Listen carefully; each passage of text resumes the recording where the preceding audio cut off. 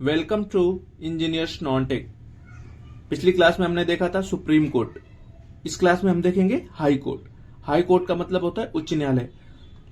कुछ लोगों को डिफरेंस नहीं पता होता है हाई कोर्ट और सुप्रीम कोर्ट में, तो मैं बताना चाहता हूं हाई कोर्ट जो होगा राज्यों के लिए होगा और सुप्रीम कोर्ट पूरे देश का एक होगा। ठीक है, हर स्टेट के अलग अलग हाई कोर्ट हो सकते हैं या फिर दो या दो से ज्यादा स्टेटों के केवल एक ही हाई कोर्ट होगा। हम उसको आगे देखेंगे कौन कौन से ऐसे स्टेट हैं जिनके एक हाई कोर्ट है। चलिए अपन स्टार्ट करते हैं और प्लीज वीडियो को पूरा देखिएगा। आपको बता रहा हूं इतने कम टाइम में इतना बेस्ट मटेरियल आपको कोई नहीं देगा। प्लीज आप लोग पूरा स्किप मत करिएगा, वीडियो पूरा देखिएगा। चलिए स्टार्ट करते हैं। हाई कोर्ट मीन्स उच्च न्यायालय। उच्च न्यायालय का वर्णन संविधान के भाग 6 में अनुच्छेद 214 से लेकर 231 तक किया गया है। भाग 6 मतलब पार्ट 6 में आर्टिकल 214 से लेकर 231 तक है। अब देखिए एक एक करके जो इंपॉर्टेंट आर्टिकल है, इन 214 से 231 के बीच में जो इंपॉर्टेंट आर्टिकल्स हैं जहां से क्वेश्चन आते हैं उसको देखेंगे अपन। तो आर्टिकल 214 में क्या कहा गया है? प्रत्येक राज्य का एक उच्च न्यायालय होगा, मतलब each state has a high court. वर्तमान में कितने हैं? 25 हाई कोर्ट हैं। वर्तमान में कितने हाई कोर्ट हैं? 25। आर्टिकल 231 के अनुसार संसद 2 या 2 से अधिक राज्यों के लिए एक ही संयुक्त उच्च न्यायालय का प्रावधान कर सकती है। मैंने अभी बताया था कि 2 से 2 राज्यों के लिए एक ही उच्च न्यायालय मतलब हाई कोर्ट हो सकता है। जैसे कि केरल किसका है? केरल का भी है और लक्षद्वीप का है। वैसे ही तमिलनाडु, पुदुचेरी और तमिलनाडु का एक हाई कोर्ट है। ऐसे पश्चिम बंगाल का, तो पश्चिम बंगाल का भी है और अंडमान निकोबार का भी है। ऐसे महाराष्ट्र में जो मुंबई में हाई कोर्ट है वो गोवा का भी है, दमन एवं दीव नगर हवेली का भी है और महाराष्ट्र का भी है। इस तरह से, और चंडीगढ़ का देख लो, चंडीगढ़ में जो हाई कोर्ट है वो हरियाणा का भी है और पंजाब का भी है। तो इस तरह से आर्टिकल 231 के अनुसार संसद 2 या 2 से अधिक राज्यों के लिए एक ही संयुक्त हाई कोर्ट का प्रावधान कर सकती है। अब देखिए आर्टिकल 215 उच्च न्यायालयों का अभिलेख न्यायालय होना। इसका क्या मतलब होता है? उच्च न्यायालय का अभिलेख न्यायालय होना मतलब कि उच्च न्यायालय जो द्वारा जो फैसले दिए जाएंगे, जो डिसीजन दिया जाएगा किसी भी पर्टिकुलर केस में, जो जजमेंट होगा वो एक तरह से वो अभिलेख होगा। मतलब वो एक आधार बन जाएगा। अगले आने वाले कोई भी जजमेंट अगर उस टाइप से रिलेटेड आता है तो उसको एक आधार मान के करेंगे कि मतलब उस फैसले में ऐसा कहा गया था, तो उसका आधार ले लेंगे कि हाँ ये जजमेंट अगर इस टाइप से इस केस में हुआ है तो इसमें भी उसको फॉलो करेगा। ये होता है उच्च न्यायालयों का अभिलेख न्यायालय होना।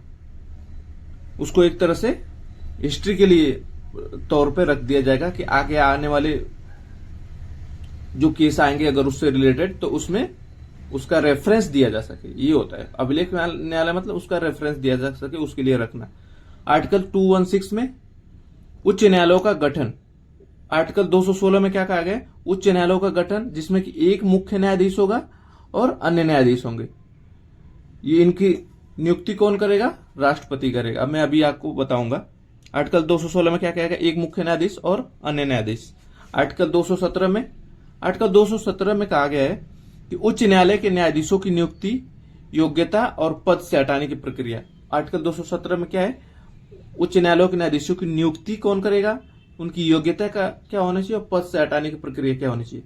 नियुक्ति तो आपकी राष्ट्रपति करेगा, ये बात एकदम कंफर्म याद रखना। यहां पे बहुत लोग डाउट करते हैं, इस वाले पार्ट में बहुत डाउट आते हैं। तो देखो, नियुक्ति आपका राष्ट्रपति करेगा और त्याग पत्र भी वो राष्ट्रपति को ही देगा। जो मुख्य न्यायाधीश है या फिर अन्य न्यायाधीश जो भी हैं हाई कोर्ट की, उनकी नियुक्ति भी राष्ट्रपति करेगा और वो त्यागपत्र भी अपने राष्ट्रपति को ही देंगे। उच्च न्यायालय के मुख्य न्यायाधीश राष्ट्रपति, सीजीआई और राज्यपाल। इसका क्या मतलब है कि जो उच्च न्यायालय के मुख्य न्यायाधीश होंगे, चीफ जस्टिस ऑफ इंडिया और राज्यपाल की सलाह पे राष्ट्रपति उनको नियुक्त करेगा। चीफ जस्टिस ऑफ इंडिया और राज्यपाल, जो पर्टिकुलर स्टेट के जो राज्यपाल होंगे, उनकी सलाह पे राष्ट्रपति उनको नियुक्ति करेगा। ठीक है। उच्च न्यायालय के अन्य राष्ट्रपति को नियुक्ति कौन करेगा? राष्ट्रपति नियुक्ति करेगा, लेकिन किसके सलाह पे? सीजीआई, राज्यपाल और हाई कोर्ट के मुख्य न्यायाधीश। जो हाई कोर्ट का मुख्य न्यायाधीश होगा उस पर्टिकुलर स्टेट का, उसकी सलाह पे, राज्यपाल के और चीफ जस्टिस ऑफ इंडिया के सलाह पे राष्ट्रपति उनको नियुक्त करेगा। ठीक है, इतना हमने देखा। अब इससे आगे का देखते हैं।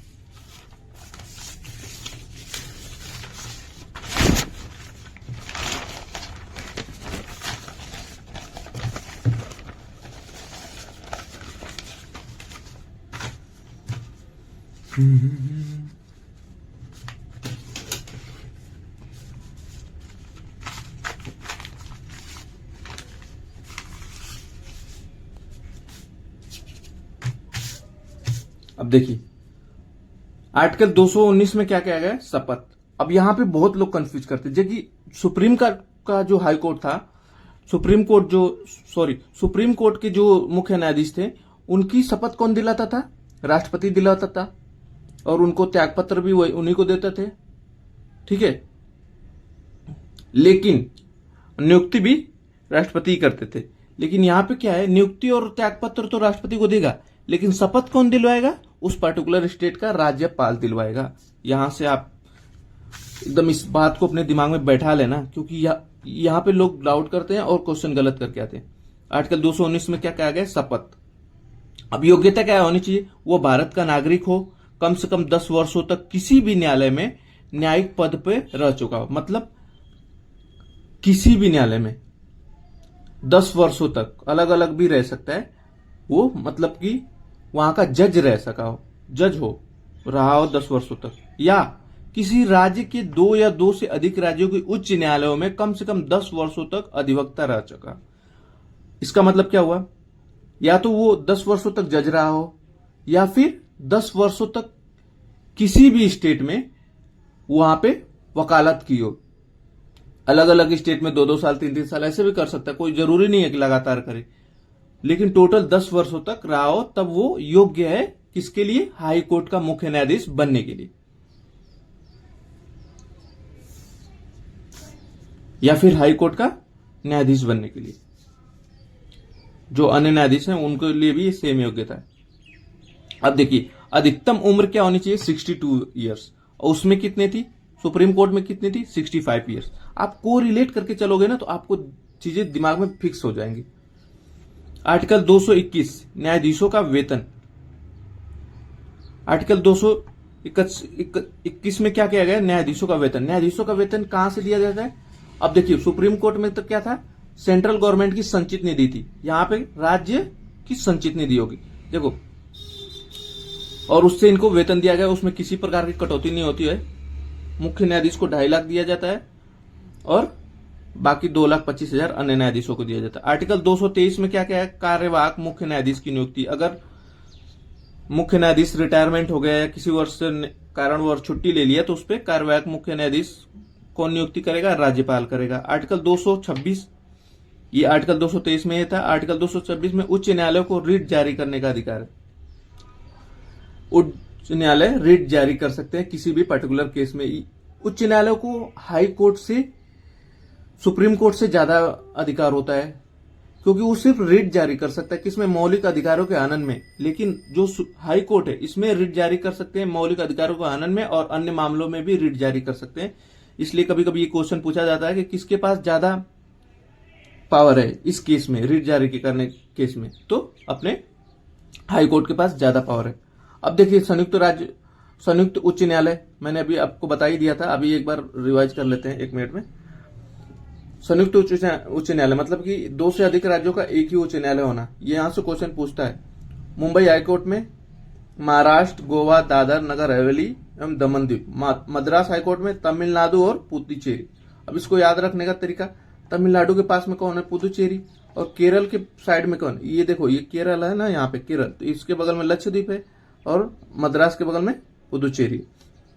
तो ये उसका हो गया। और केरल किसका हो गया? लक्षद्वीप का। गुवाहाटी हाईकोर्ट, असम, अरुणाचल प्रदेश, मिजोरम, नागालैंड। असम, अरुणाचल प्रदेश, मिजोरम, नागालैंड, इन चारों का कौन है? गुवाहाटी हाईकोर्ट। कोलकाता हाईकोर्ट, ये इंपॉर्टेंट है, इसको याद रखना, अंडमान निकोबार में पूछता है क्वेश्चन।